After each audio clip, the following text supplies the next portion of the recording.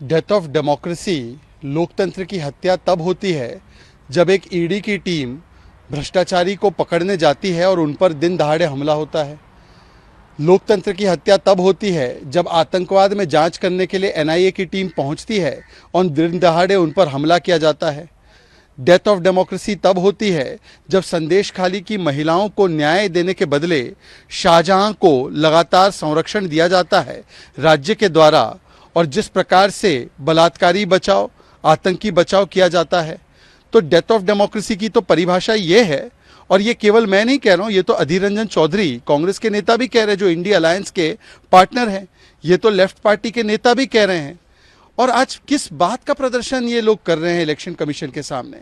पहली बार जब कार्रवाई आतंकियों पर हो रही है, बॉम्ब ब्लास्ट करने वाले लोगों पर हो रही है, तो तृणमूल कांग्रेस उसके खिलाफ प्रदर्शन कर रही है। इसका मतलब एक बात तो स्पष्ट है ना कि जो 5 जनवरी को ईडी की टीम पर हमला हुआ, या जो हाल ही में संदेश खाली 2.0 के नाम पर एनआईए की टीम पर हमला हुआ, ये दोनों ही हमले राज्य प्रायोजित, state sponsored, state orchestrated, state protected हमले थे, और कहीं ना कहीं भ्रष्टाचारियों के साथ, बलात्कारियों के साथ और आतंकियों के साथ टीएमसी का हाथ आज नजर आता है। इसलिए मां माटी मानुष नहीं, बलात्कारी बचाओ, बॉम्ब ब्लास्ट वालों को बचाओ, और इस प्रकार से जो पूरे बंगाल में भ्रष्टाचार करते हैं, भ्रष्टाचारी बचाओ, ये बन चुका है आज तृणमूल कांग्रेस का नाम। देखिए, प्रत्यक्ष को प्रमाण की आवश्यकता नहीं होती, और केवल आचार्य प्रमोद कृष्णम नहीं, जो भी व्यक्ति कांग्रेस के इस मैनिफेस्टो को पढ़ रहा है तो उसको लग रहा है कि ये कांग्रेस ने नहीं, ये मुस्लिम लीग के दफ्तर में छपकर आया है और उस पर कांग्रेस का कवर चढ़ा है।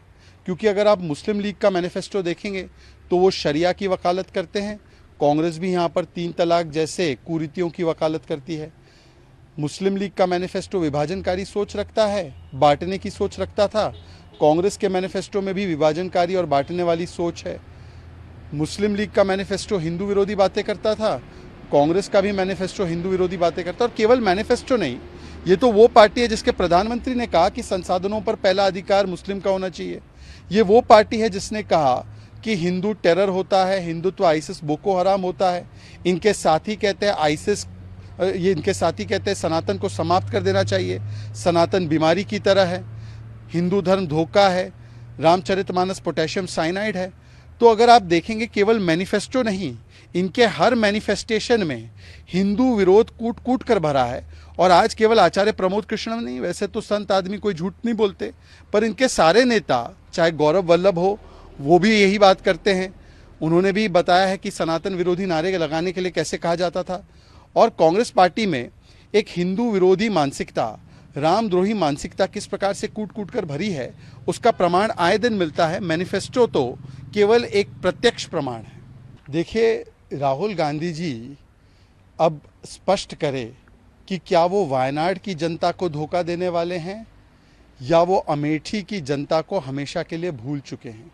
क्योंकि अब खबरें इस प्रकार की भी आ रही है कांग्रेस और इनके वामपंथी साथियों के सूत्र से कि राहुल गांधी जी वायनाड का चुनाव लड़ने के बाद तुरंत जाकर अमेठी में अपना नामांकन भरने वाले हैं। अगर ऐसा है तो इसका मतलब क्या वायनाड बैकअप है? क्या वायनाड की जनता का अपमान किया जाएगा? केरला की जनता को केवल एक स्टैंड बाय के लिए रखा है कांग्रेस के युवराज ने? क्या इस प्रकार की सोच है उनकी?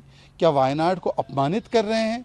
और दूसरी ओर, यदि वो अमेठी से लड़ना चाहते हैं तो कांग्रेस पार्टी अभी तक उसको घोषित क्यों नहीं कर पा रही? कांग्रेस को ऐसा क्या डर लग रहा है? क्या स्मृति ईरानी जी से इतना डर गए हैं वो, या वो मान रहे हैं कि जिस प्रकार की टिप्पणी राहुल गांधी ने अमेठी की जनता के विषय में स्वयं की है कि अमेठी की जनता को कुछ समझ नहीं आता, जो राहुल गांधी के अलावा उनके साथियों ने उत्तर भारतीयों के लिए टिप्पणियां की है, चाहे वो इलन गोवन हो, चाहे वो मारन जी हो, चाहे वो प्रियंका वाड्रा जी लाभ हंस रही थी जब उत्तर प्रदेश के लोगों का अपमान किया जा रहा था, ये मानते हुए कि उत्तर भारतीयों का उन्होंने अपमान किया है, अब पूरे गांधी परिवार ने रायबरेली अमेठी को छोड़ दिया है।